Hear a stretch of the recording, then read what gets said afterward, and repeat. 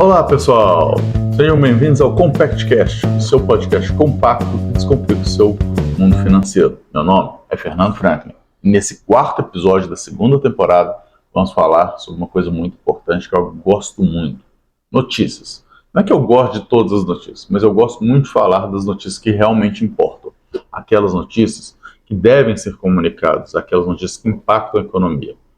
Pensando nisso aí, eu me lembrei que eu passei na livraria outro dia e comprei 2 livros. Eu gosto de vez em quando passar lá e às vezes a gente dá uma olhada e vê alguma coisa interessante. E os livros foram o livro dos negócios e o livro da economia. São livros interessantes que eu ainda não li, vou ler eles com mais detalhe, que falam a história aí por trás, mas eu já dei uma olhada na introdução deles para poder ver como é que era, etc. E no livro da economia me chamou a atenção o primeiro parágrafo, que eu achei ele sensacional e eu até queria ler para vocês. Então presta atenção aqui, ó. Pouca gente diz que sabe muito de economia, talvez por ser considerado um assunto complexo e hermético, de pouca relevância na vida diária.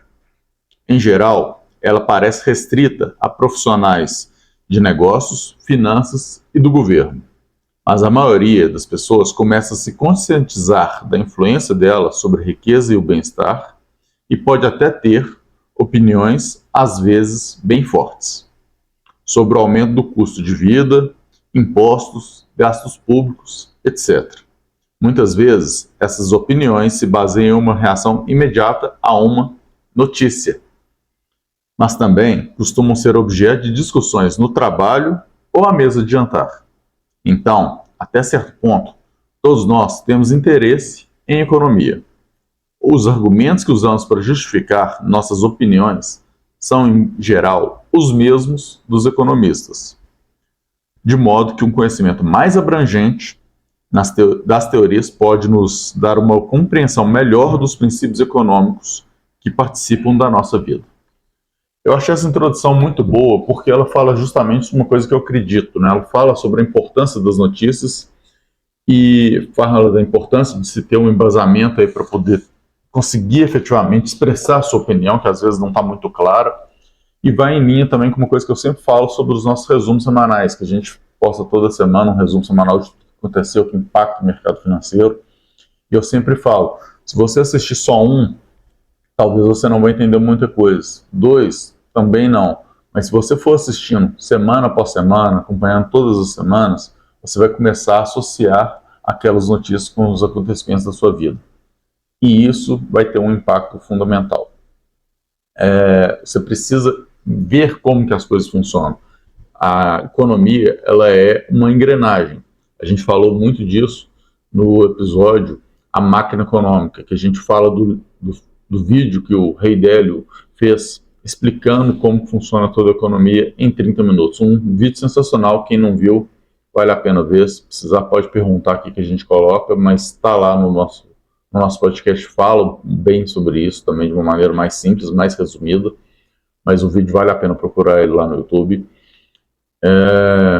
E tudo isso aí é importante a gente associando. Cada notícia que vai surgindo, cada acontecimento que vai aparecendo, é um pedacinho da engrenagem que vai girando. Essas engrenagens são várias, interligadas uma na outra.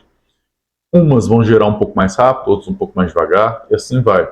A gente tem no momento, por exemplo, a queda da taxa de juros, que tem impactado aí, e essa queda começa a acelerar um pouco a inflação. Aliado a isso, a gente também está tendo déficit do governo, que também acelera a inflação. O próprio governo tem começado a falar sobre isso.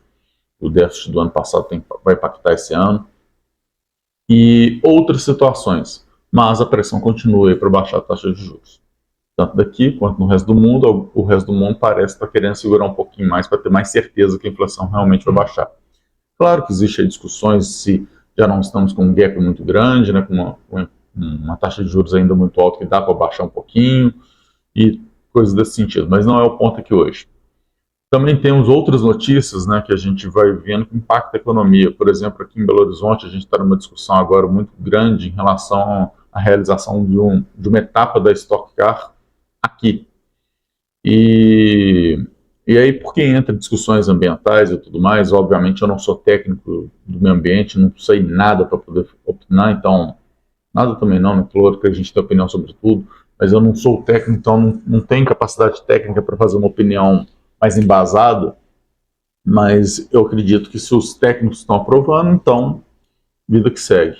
E uma coisa que eu acredito muito é que a economia não consegue andar sem efetivamente a gente ter alguma contrapartida negativa. Ela acaba precisando de ter alguma contrapartida negativa e aí tudo, né? Tem um lado positivo, um lado negativo, e aí você tem que ver qual que vai superar o outro. Então, a gente precisa de uma economia mais forte, a gente precisa, a cidade de Belo Horizonte, por exemplo, precisa atrair pessoas para cá, para a economia ficar mais forte e poder efetivamente aí, como que se diz, evoluir, trazer comércio, trazer turismo gastronômico, que a gente perdeu muito aqui na pandemia. Então, tudo isso vai impactando.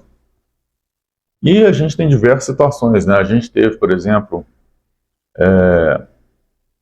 em 2014, a execução da Copa, que particularmente naquela época eu fui contra, porque utilizou-se muito do dinheiro público, mas eu não posso negar que toda aquela situação da Copa traz, até hoje, retorno econômico.